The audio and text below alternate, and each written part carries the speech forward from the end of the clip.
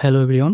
এখন আমি higher math second পেপারের সপ্তম অধ্যায় থেকে যশোর বোর্ড ২০২৩ সালে পরীক্ষায় আসা ৪ নম্বর সৃজনশীল প্রশ্নটি সমাধান করব।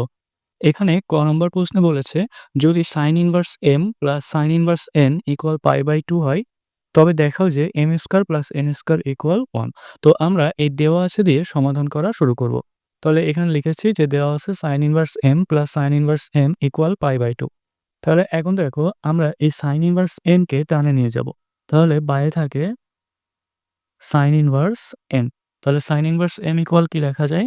যে পাই/2 মাইনাস সাইন ইনভার্স এম। এখন এই সাইন ইনভার্সকে যদি ডানে নিয়ে যাই তাহলে এটা হবে, বাইরে থাকবে শুধু এম আর ডানে হবে সাইন পাই/2 মাইনাস সাইন ইনভার্স এন। তো এখন দেখো এই যে সাইন পাই/2 মাইনাস সাইন ইনভার্স এম, এটা আসলে কোন চতুর্ভাগে পড়ে? এটা হচ্ছে এখানে হচ্ছে পাই/2, তাহলে পাই/2 মাইনাস তার মানে প্রথম চতুর্ভাগেই পড়ে। আর প্রথম চতুর্ভাগে হচ্ছে সাইন প্লাস। আর যেহেতু এখানে পাই/2 আছে তার মানে এটা সাইনের পরিবর্তে হবে কস। তাহলে এখানে আমরা লিখতে পারি যে কস সাইন ইনভার্স এন। এখন আমরা এই ভিতরে সাইন ইনভার্স এন কে কজ ইনভার্সে নিয়ে যাব। তাহলে এটা কিভাবে নিব? এটা সমকোণী ত্রিভুজের মাধ্যমে নিব।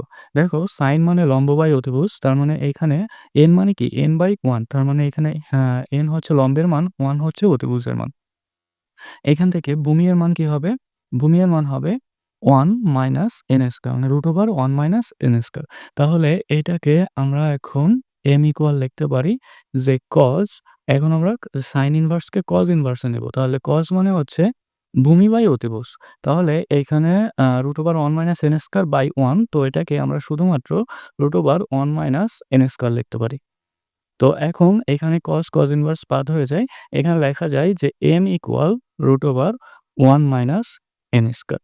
তো এখন আমরা যদি উভয় পক্ষকে বর্গ করি তাহলে হয় এখানে m স্কয়ার ইকুয়াল, এখানে রুট স্কয়ার কেটে গিয়ে 1 মাইনাস n স্কয়ার থাকে। তাহলে এখানে লিখব যে বর্গ করে।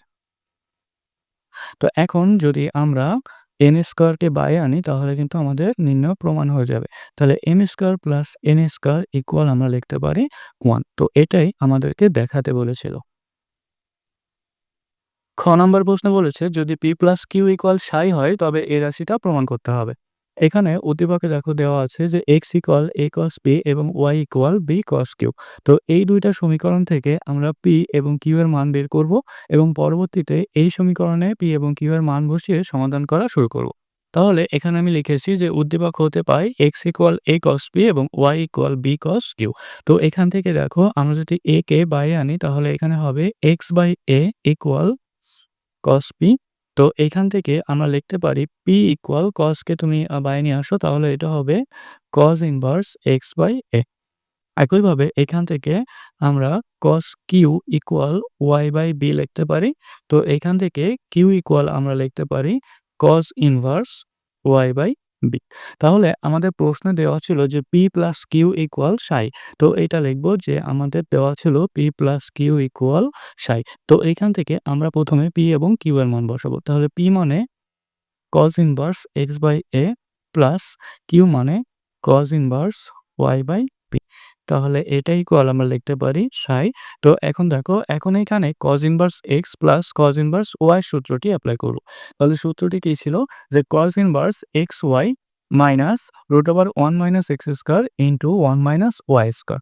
তো এখন এখানে আমরা একই সূত্রটি বসাবো যে cos ইনভার্স xy অর্থাৎ x by a into y by b minus √1 minus x square অর্থাৎ 1 minus x square by a square into 1 minus y square বলতে y square by b square. তাহলে ইকুয়াল ডানে হবে সাই। তো এখন এই cos ইনভার্সকে আমরা যদি ডানে নিয়ে যাই তাহলে এই পাশে শুধু এই মাঝের এই রাশিটুকু থাকে। তাহলে অর্থাৎ এখানে আমরা লিখতে পারি যে xy বাই ab মাইনাস এখানে 1 minus x square by a square into 1 minus y square by b square equal cos ইনভার্সকে ডানে নিলে হবে cos psi। তো এখন আমরা এই যে cos psi কে বাইরে আনবো এবং এই রাশিটাকে ডানে নিব। তাহলে এটা হবে xy by ab minus cos psi equal আর এইটাকে আমরা ডানে নিলে এটা প্লাস হয়ে যাবে যে 1 minus x square by a square into 1 minus y square by b square. তো এখন আমরা উভয় পক্ষকে বর্গ করব। এখন তাহলে বাম সাইডে হবে a মাইনাস b এর হোল স্কয়ারের সূত্র। তাহলে সূত্রটি কি? x square y square by a square b square অর্থাৎ a স্কয়ার মাইনাস 2ab অর্থাৎ 2xy by ab cos psi শেষে b স্কয়ার বলতে cos a square psi equal এখানে রুট a স্কয়ারে কেটে যাবে। আর আমরা এই মাঝের দুইটা রাশিকে গুণ করে বসাবো। তাহলে 1 দিয়ে যদি এই দুইটাকে গুণ করা হয় তাহলে হবে 1 minus y square by b square আর minus x square by a square দিয়ে এই দুইটাকে গুণ করলে হবে minus x square by a square minus মাইনাসে plus x square y square by a square b square. এখন দেখো এই যে x square y square by a square b square ডানেও আছে বাইরেও আছে। তাহলে এই দুইটা কিন্তু বাদ হয়ে যাবে। আর হচ্ছে আমরা এই দুইটা রাশিকে আমরা বাইরে আনবো। তাহলে আমরা যদি minus x square by a স্কয়ারকে বাইরে আনি তাহলে এটা হবে plus x square by a square. আর এই মাঝের রাশিটা মাঝেই লিখবো যে 2xy by ab cos psi আর হচ্ছে তারপর লিখবো এই রাশিটাকে। তাহলে plus y square by b square equal এই ডান সাইডে তো 1 ছিল আর এই cos স্কয়ার psi কে আমরা ডানে নিয়ে যাব তাহলে হবে মাইনাস cos স্কয়ার psi। তো 1 মাইনাস cos স্কয়ার psi এটাকে আবার লেখা যায় sin স্কয়ার psi। তাহলে আমাদের কিন্তু প্রমাণটা চলে আসে যে x square by a square minus 2xy by ab cos psi plus y square by b square equal এখানে হবে সাইন স্কয়ার psi। তো এটাই কিন্তু আমাদেরকে প্রমাণ করতে বলেছিল। গ নম্বর প্রশ্ন বলেছে যদি f of z equal 1 হয় তবে z এর মান নির্ণয় করো যেখানে z এর সীমা দেওয়া আছে -π/2 থেকে π/2। তাহলে f of z এর মান 1 আবার দেখো উদ্দীপকে f of z এর মান দেওয়া আছে tan z into tan 3z। তাহলে আমরা কি লিখতে পারি যে tan z into tan 3z equal 1। তাহলে এখানে আমি লিখেছি যে দেওয়া আছে f of z equal 1 আর উদ্দীপকে আমাদের f of z এর মান কি দেওয়া ছিল যে tan z into tan 3z। তাহলে এইটার মান আমরা 1 লিখতে পারি। এখন tan মানে তো sin বাই cos আমরা জানি। তাহলে tan z এর পরিবর্তে আমরা লিখতে পারি যে sin z by cos z। একইভাবে tan 3z এর পরিবর্তে আমরা লিখতে পারি sin 3z by cos 3z equal 1। এখন যদি আমরা ক্রস গুণ করি তাহলে দেখো এই মানটা আছে উপরে এটা নিচে। তাহলে যদি ক্রস গুণ করি আমরা কি লেখা যায় যে cos z into cos 3z equal sin z into sin 3z।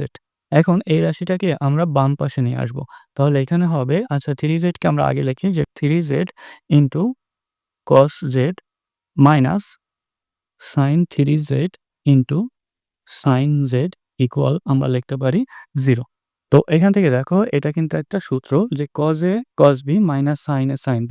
এটা হচ্ছে cos a প্লাস b এর সূত্র। অর্থাৎ এখানে হবে cos 3z plus z equal 0। তাহলে এখানে আমরা লিখতে পারি যে cos 4z ইকুয়াল 0। এখন দেখো cos θ ইকুয়াল 0 হলে তাহলে θ ইকুয়াল কি হয় 2n প্লাস 1 π/2। তাহলে এখানে θ বলতে 4z তাহলে আমরা লিখতে পারি যে 4z ইকুয়াল 2n প্লাস 1 π/2। তাহলে এখান থেকে অতএব z এর মান আমরা কি পাই z ইকুয়াল 2n প্লাস 1 এখানে হবে π/8 যেখানে n belongs to z। z হচ্ছে পূর্ণ সংখ্যা।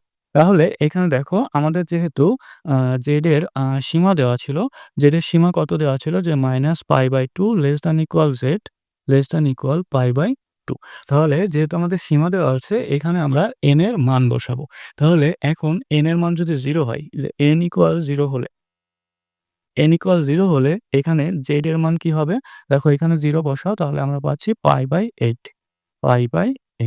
আবার n ইকুয়াল যদি 1 হয় n ইকুয়াল 1 হলে z ইকুয়াল আমরা কি পাবো দেখো 2 প্লাস 1 অর্থাৎ 3 তাহলে 3 π/8।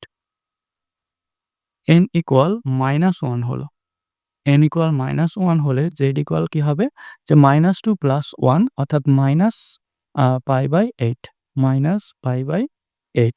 এখন n ইকুয়াল যদি 2 হয় n ইকুয়াল 2 হলে z ইকুয়াল কি হবে 2 দুগুণে 4, 4 আর 1 5 তাহলে 5 পাই বাই 8, 5 পাই বাই 8। এখন n ইকুয়াল -2 হলে n=-2 হলে z ইকুয়াল কি হবে দেখো? -4 প্লাস 1 অর্থাৎ -3 পাই বাই 8 হবে। -3 পাই বাই 8। এখন n ইকুয়াল যদি -3 হয়, n ইকুয়াল -3 হলে তাহলে z ইকুয়াল কি হবে? এখানে -6 প্লাস 1 অর্থাৎ -5 পাই বাই -5 পাই বাই 8। তাহলে দেখো এখানে আর মান বসানোর দরকার নাই কারণ ওইগুলা ভ্যালিড হবে না।